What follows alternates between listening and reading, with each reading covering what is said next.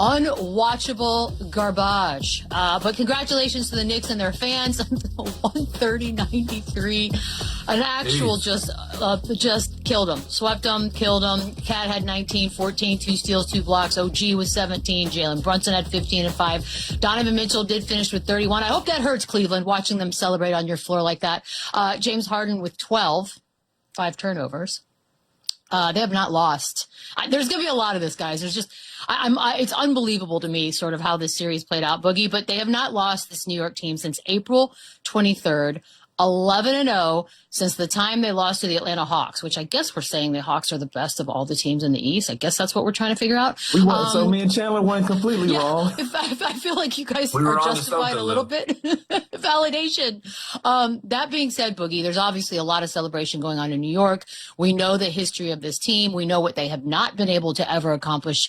And then 1999 is the last time they've been in the finals. So this is the best team at least since then, or where are you putting this team?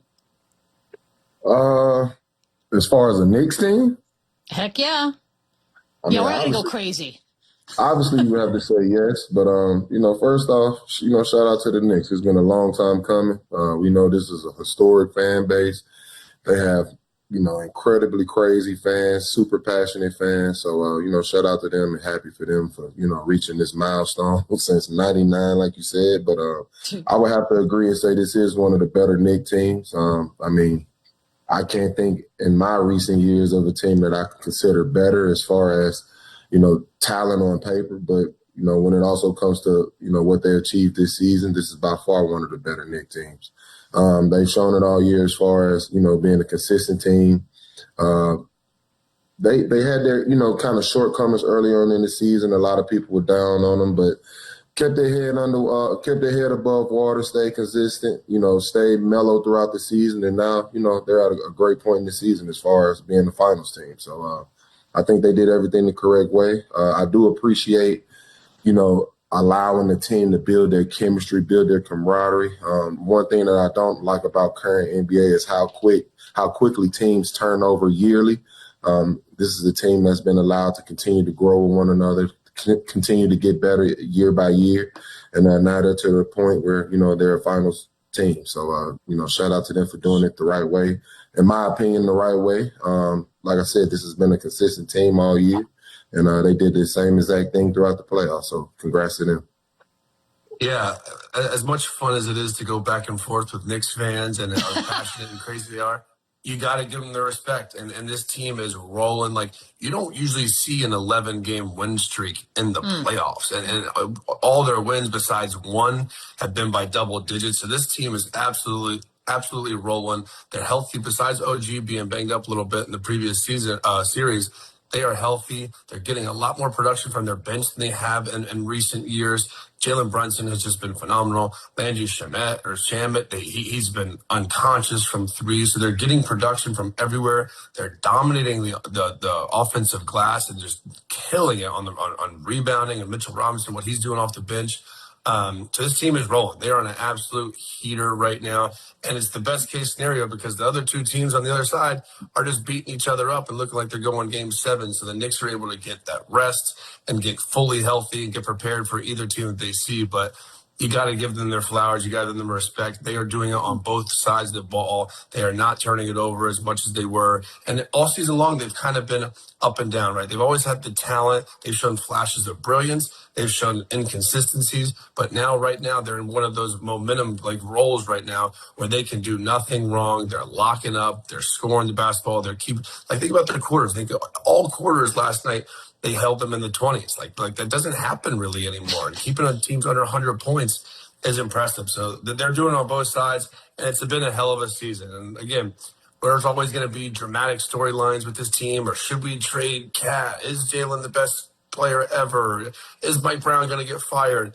They're going to the NBA Finals, and like Boogie just said, they have that consistent core. They have the OGs, the Bridges, Brunson. They've been together for a while now, and that's paying off. So you can see the familiarity and the comfortableness that they have. So congrats to the Knicks. They're going to have a dogfight whoever they play in the finals, but that's how it should be, and that's probably how they want it. Also, as the person who handles the superstition on this panel, they also beat the NBA Cup jinx. So that's something that's working. Yep, I got y'all. Lou, the historic run it's not a secret. Winning margin of 39 points in these series, each one, which I don't even understand the math. The talent has been there, obviously. It's the clicking that's sort of been come and go as far as the Knicks go. But however, they're going to face Thunder or Spurs. And like Chandler just alluded to, it's probably going to go 7. So these guys are going to be tired, exhausted, and beat up by the time they see New York. New York could win the finals, Lou. Yeah, like we keep talking about the Western Conference like they untouchable. You got to give credit where it's due. This New York Knicks team, they 8-0 in their last 8 playoff games, 11-0 before that. So if you look around at what they've been able to accomplish, like Chandler just alluded to, like Boogie just alluded to, let's think about the conversation we were having about this team and their journey, right?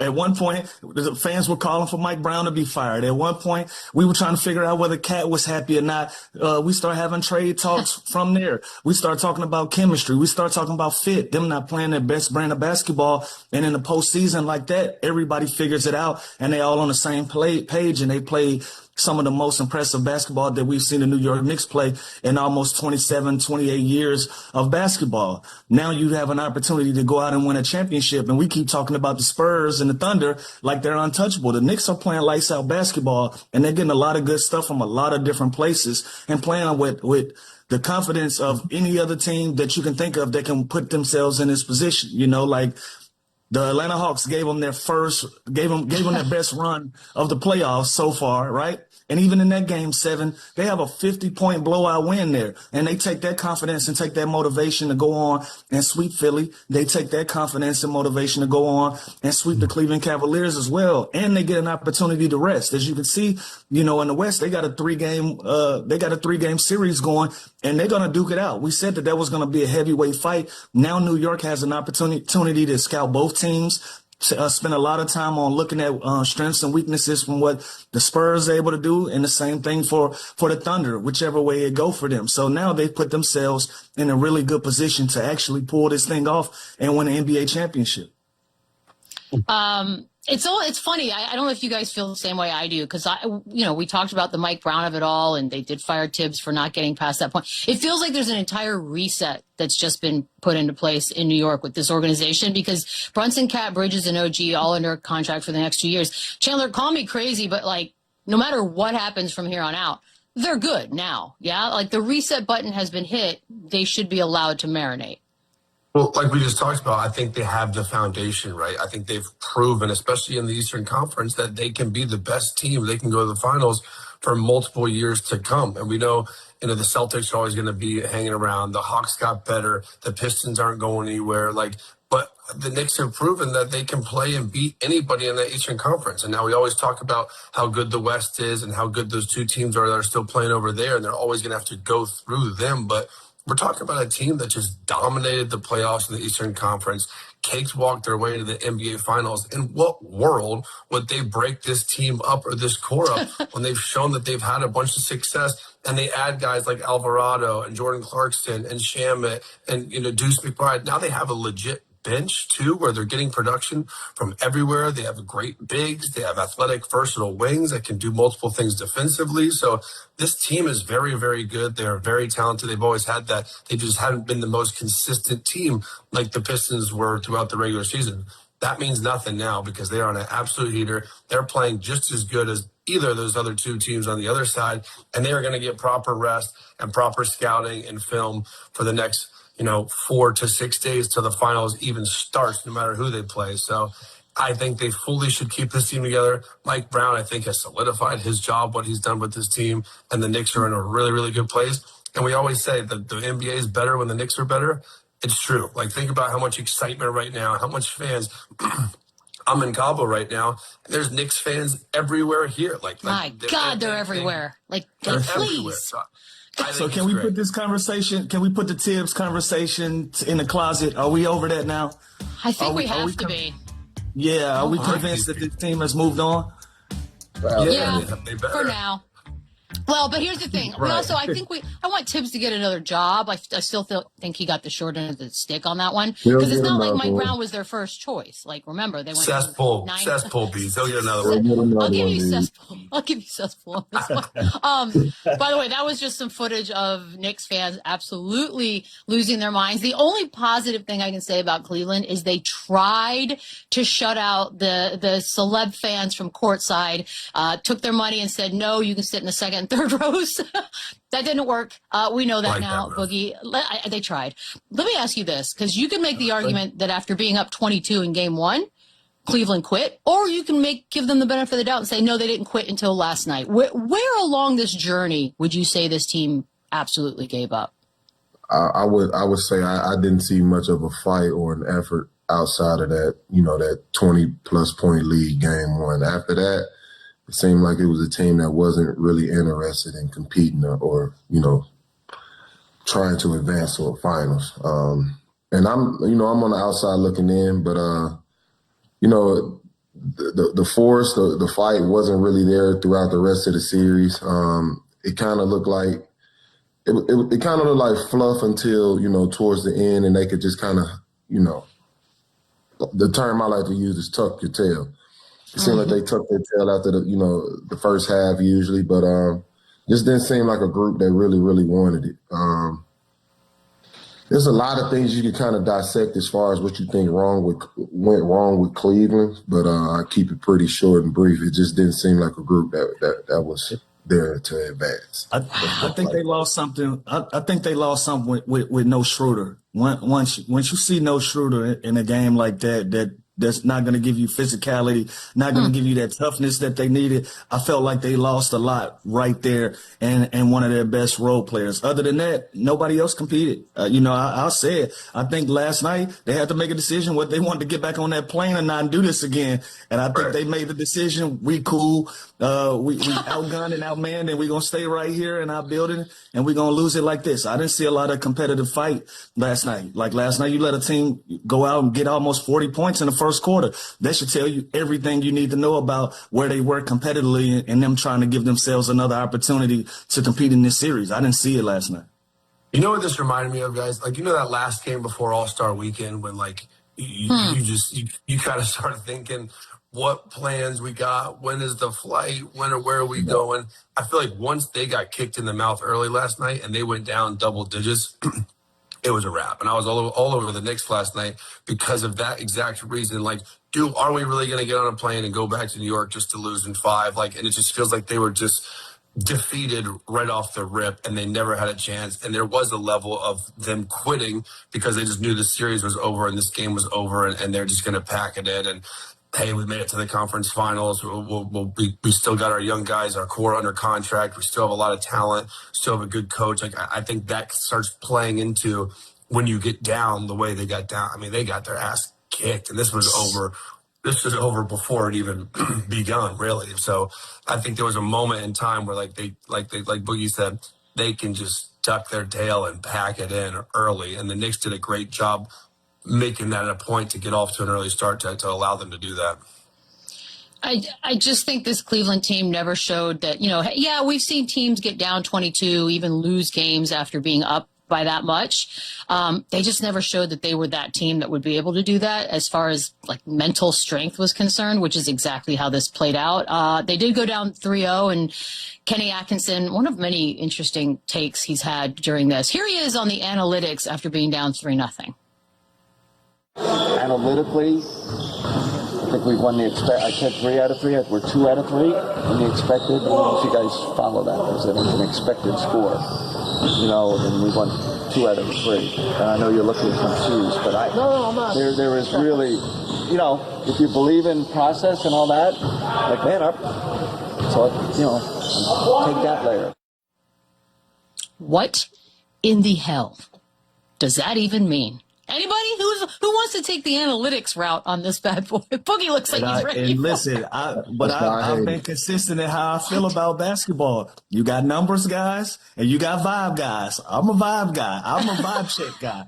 I got to go out there, look you in your eyes and say, are you willing to compete? I don't care about numbers. I don't care about what the numbers say works best for us. At some point, you got to throw that in the trash can and you just got to compete and play basketball. So on paper, whatever analytical numbers they were looking for to say that they won a game, it didn't win a game. It didn't win a game, brutal. Coach. So I don't want to hear this if I'm a fan. I don't want to hear this if I'm the front office. And I damn sure don't want to hear it if I'm in uniform. Is that a nice way of trying to ease over the pain of being down 0-3 at that time?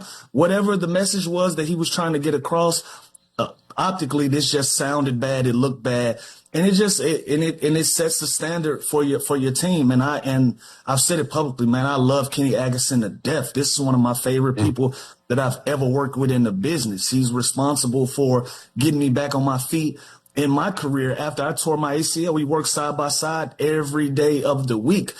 But this messaging is just bad, man. I got to call a spade a spade. The messaging was bad. So, you allow a lot of analytical guys into the game and think that's the way to win a championship. And this proved that it's not. It's a great asset to have, to combine it with the things that you need to do physically on the floor to win a basketball game. But it shouldn't be your end all be all. I didn't love this message. Yeah, it's almost like saying the sweep wasn't as bad as it looked. Like, because analytically we were right in it. Like, I think that's maybe but that's like Lou just said, though, that means nothing when you get outworked and outplayed and out-rebound and turn the ball over way more and give up 50 points in transition. Like analytically, that means nothing. So I just think, again, like Lou just said, I want to see those analytical stats. Optics-wise, like, it's just a soft message to me. It's like, well, analytically, we hung in there, even though we got punked for 48 minutes for 4 straight games. It means nothing. This guy also said that James Harden is one of their best perimeter defenders, which is like, I don't know how you can watch the film. I don't even care analytically what it says. Like that Jalen Brunson end of game there in game 1, like you just can't. You can't say that kind of stuff when it's not true. Like, and so analytically, I get it. It's the one thing I do agree with what he said. He said the season was not a failure. It ended sour. Hold on. At the end of the day, they did make a trade. They did go to the Eastern Conference Finals. They did get further than they ever had with this group. To say it's a failure, I think, is a stretch. The way it ended sucks. It's like the Pistons season. Like that was a shitty ending to a great season. The Cavaliers, I think can hold their head high, at least getting to the Eastern Conference Finals and having their core come back and hopefully run it back. But I feel like we're saying this every single year about this team. Like they always leave us wanting more. Analytically, they had a better year this year than they did last year. Analytically. Yeah, there you go. That's you know what we call that? Lipstick on a pig. They got to another That's step. what this is. And I'll back you on that, because if I go to the Eastern Conference Finals, you can't tell me my season. You can't tell me my season was a failure. Your postseason, this round was a failure. For you guys to go out, make the trade, put the group together to get to the point of competition that you built that team for, and to fall short and can't even go get one game, that is considered a failure. Now, when you put everything into perspective, to trade away Garland, to bring in James Harden, to go out and get Keon Ellis and Schroeder, Ellis made an impact early on. Schroeder made an impact throughout with his presence. Those were positive steps. But at what point do you look in the mirror and say, you know what, we put this team together to win a championship and we didn't get there. So we got to consider that a failure. We got to consider that part of it a failure, because you just mentioned earlier in the show, Chandler, the Celtics are going to get better. New York Knicks are where they are. Detroit is going to come back with a vengeance. Nobody is going to wait around for you guys to continue to slowly build step after step, block after block. Some of these teams are going to skip steps and they're going to get there. Atlanta Hawks, they'll be active this year in trying to make their team better. So everything around them is trending for them to go backwards if this is going to be your response to getting swept in the Eastern Conference Finals. So is it a complete failure? No, but you got to take some accountability and say we didn't reach the level that we wanted to reach with this group. I don't think it's a failure at all. I think they achieved more than they did the previous season. So when you look at it in that way, obviously that's progress. That's progress. We all can agree on that part. Yeah, but as far as the analytics go, that's my whole issue with it. One, analytics can't determine fight. Analytics can't determine heart. Analytics can't determine leadership, and that's all three things that this Cleveland team was missing in this series. So to throw out, all these analytical stats is kind of smoke and fire. It's pointless. So I don't agree with that part. I think it's absolute bullshit, to be honest. But as far as their overall season, I would say it was a success. They made a big splash when they decided to trade for James Harden and trade away a young asset in Garland. And it was the first time All-Star as well, if I believe. But, to make a splash like that mid-season and then end your season with a conference finals loss, I wouldn't necessarily say that's a failure. So looking at it through that lens, they had a successful season. So I'm a little confused, right? And I'm going to get to James Harden in a second, but we just talked about lack of heart, lack of leadership, lack of this, that, and the other. Talking about putting lipstick on a pig when you try to point out analytics and somehow make it seem like not as bad. If all that is true, and obviously it was because you just got swept, not close, like you got swept, then this can't be considered something to build on moving forward at all, because nothing that you just named is fundamentally sound in moving forward. If there's no heart and leadership in that locker room, these dudes have been there with the exception of James Harden, and nothing's changing. Like, you're just taking these incremental tiny steps. I feel like a lot of things should change. I don't think Kenny Atkinson keeps his job. A big step. Yeah. But is it a big step? Because they're not going to change personality by next season. They are who they are. There's a couple of big pieces that can change everything about this group that'll probably sort itself out. James Harden, free agent. That's a big piece right there. So do you keep him? Do you not keep him then? Because you're good. He's got a lot of money. I think you take a serious look at it. Like, there's not a lot of James Hardens walking around on the streets now. Granted, he didn't play great basketball. He's at the end of his career. He's an older guy.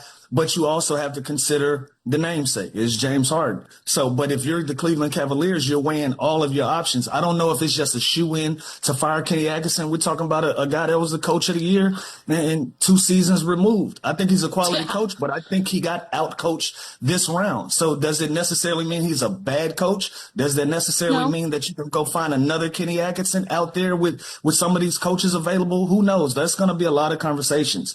So just because something goes wrong, I'm not a fan of just losing your job every time something goes wrong in this world of sports. I'm not either. Like, there has to be it has to be some consistency in that. But if it's not what you're looking for, then you look at that if you're Dan Gilbert. But just because you get swept and it looks bad, you still got to the Eastern Conference Finals. There were some positive things that happened, and you just don't lose your jobs because of that. That was a hard sweep. That was a hard sweep. That wasn't just like, ooh, we were in it. We went to overtime. I mean, but again, it's not your reality. It's not your reality. But I think he loses his job, and I think if San Antonio is down, if San Antonio is down 2 games right now, we're not asking for Ms. Johnson's job. It's a process of these things. But it's different expectations. You went from what you were last year. Expectation is to win a championship, Bees. I know, but Cleveland already had last year as what we consider a quote unquote failure, simply because they started the way they did and they absolutely fizzled out in the playoffs. You kept your job. Right. No, but as an owner, I'm not telling you like this is what I would do, but I'm telling you owners, they are billionaires for reasons. They sort of go off a whim. And if they wake up this morning and decide, you know what, enough is enough. We got embarrassed. I'm just going to make a change. It doesn't have to make sense to us. And we've seen so many coaches of the year get booted within the next 700 days. So it is what it is. I can get that part, but we speaking like we're supposed to respect him waking up and being emotional. Like, no, I don't respect that. Now, can he do it? And that is right, sure. Yeah. But I'm just saying, I don't think that's the best move. Again, did anybody expect him to be swept? No. Did they play bad? Yes. Was it embarrassing? Yes, but once everything settles down, you got to take a look at what you got inside of your locker room and who do you have coaching this basketball team, and ask yourself, can I go out and get somebody that's going to get me over that hump? If the answer to that is no, and I feel pretty comfortable where I am, but I have to make some decisions to move forward, then you keep the core of what you got going on. That's my opinion. Yeah, like think about it. The league is really, really good, man. Like they went to the conference finals. You know how many good teams there were this season? And yes, it ended embarrassingly, and it ended in a really, really bad sweep to a team that's playing really, really good basketball. So yes, it sucks this morning. Yes, you have that sour taste in your mouth. But at the end of the day, Kenny Atkinson has got this team playing at a high level. We are talking about the Cavs, no matter what happens with James Harden or whatever this summer. We are going to be talking about the Cavs as a home court advantage advantage team next year with Donovan Mitchell, Jared Allen, Evan Mobley. And I think they're going to have to bring back James Harden. There's no way I'm trading Darius Garland for a half rental season of James Harden. Like, he will be back in a Cavs jersey next year, which means they are going to be loaded again, and they're going to be one of the more talented teams. So again, I do think NBA owners are short-sighted. They want immediate results. They want championships, and that's not really realistic. Like, let's be honest. Did we really have expectations for the Cavs to win a championship this year? No, Chandler, but 40 points in a blowout game? Like, how is that playing on a high level? If I'm a coach and you guys come out here and you just absolutely don't want to be there and you lay an egg, like, somebody's got to take some of that blame. That is, I know you don't like sweep, but it's a sweep. It's you can have. Yes, it does mean that. Well, then we should ask for Quinn Snyder's job in Atlanta. Like, you don't ask for jobs because you get embarrassed. It happens, and part of the team that beat them. We tried to fire Mike Brown this year. Like, everybody got to calm down. Like, when things go bad, everybody like, fire this guy, get rid of this guy, trade this person. Panic. Like, sometimes we got to respect the journey and go through something. Nobody don't want to go through anything no more to get to a level of success to where you can be proud. We want just all this minute made ready success. It don't work like that. They ran into a team that's better.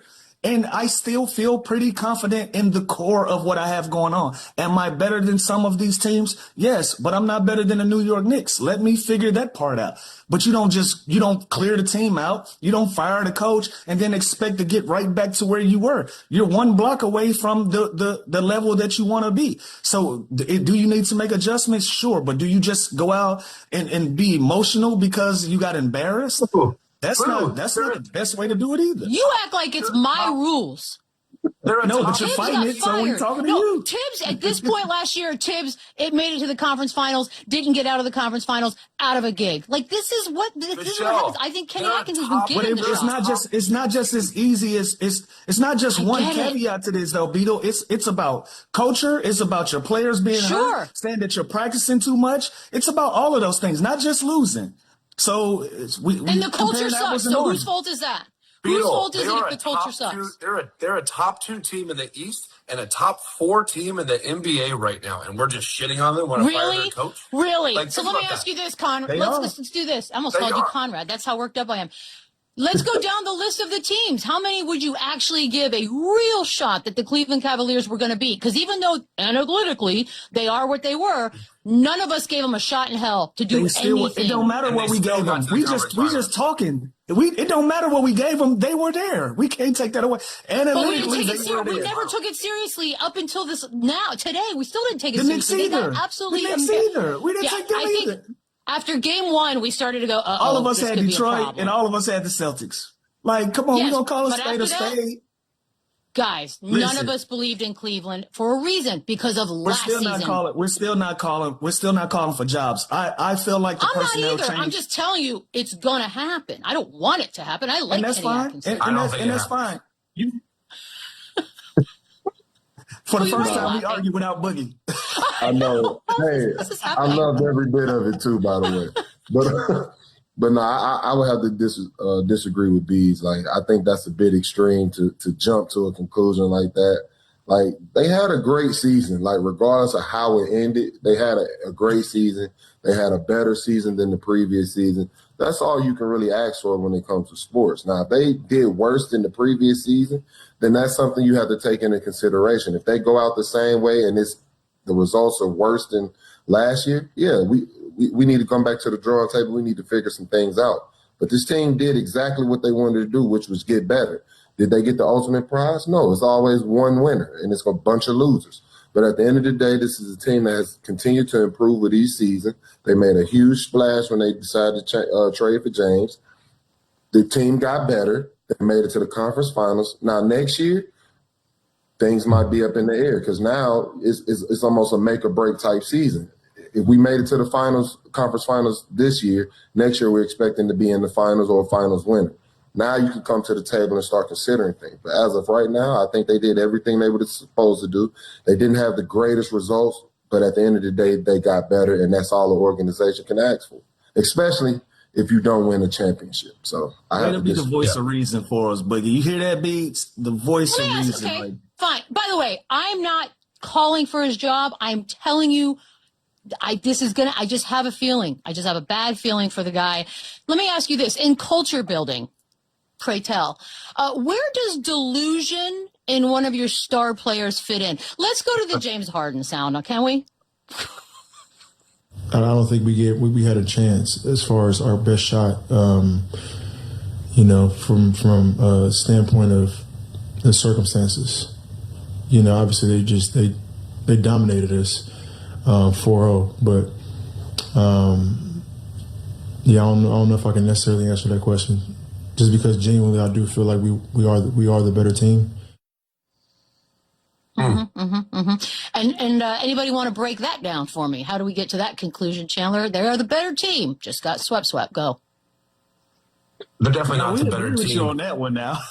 I mean, I just say it. The dude said it out loud. When you're right, you're right. But when you're wrong, you're wrong too. But also, please, as a competitor, you're going to say that. Like, you're truly going to still think, yeah, they got us this time, but maybe we can beat them the next game, the next 4. Like, you're always going to believe you're better than the next person. I don't care if a dude cooks me and gives me 40. I still think I'm better than him. Like, that's just the mindset that you have to be in the NBA. So now, to say that right after a sweep and get your ass kicked by 45 points, like, that's probably not the best timing of it, but like, they probably do feel like this series got away, and they had a great opportunity in game 1 to where they dominated them for 3 quarters. And ever since that comeback in game 1, this series just felt like it shifted, and there was no hope, and there was no pride. There was no heart anymore. It's like they were just ripped their soul out in that comeback in game 1, and they never recovered from it. And so going into the series, though, I guarantee you they thought we're better. I guarantee you they thought we were going to win. Like, I didn't think they were going to get swept. Like, I really didn't. Like the Knicks played really, really well, and they are on a historic heater right now. I don't think we need to nitpick Cleveland as much as also we should praise the Knicks and how well they're playing. 2 things can be true at once. Yes, James Harden was not very good. He has to be better. He needs to be better for this team and this season for them to advance and win it. Actually, the ultimate goal is win a championship. James Harden can't play the way he did. Neither can Evan Mobley. Neither can a lot of these guys on the team. There's ways for this team to get better in all aspects of their roster. Donovan Mitchell could be more consistent. Like, everyone has to be better for this team to get to the championship level team. And they weren't. But part of that was the juggernaut Knicks that they ran into that were unreal, clicking on all cylinders. So I just think 2 things can be true at once. You don't need to be so short-sighted. At the end of the day, you did just make a run to the conference finals, and you have a bunch of talent and one of the most talented rosters coming back next season. Like, regardless of what happens with James Harden, there's light at the end of the tunnel. That's all I'm saying. If they lost first round to Toronto, fine. Fire Atkinson, trade Mobley, like, whatever. At the end of the day, they're a top 2 team in the East and a top 4 team in the NBA. It's a good season that ended in a bad way. They're not a top 2 team in the East. That is ridiculous. They are not the second best team in the East. I don't care where they just got to. They're not. Analytically, realistically. Yeah. Just because James Harden thinks somehow delusionally.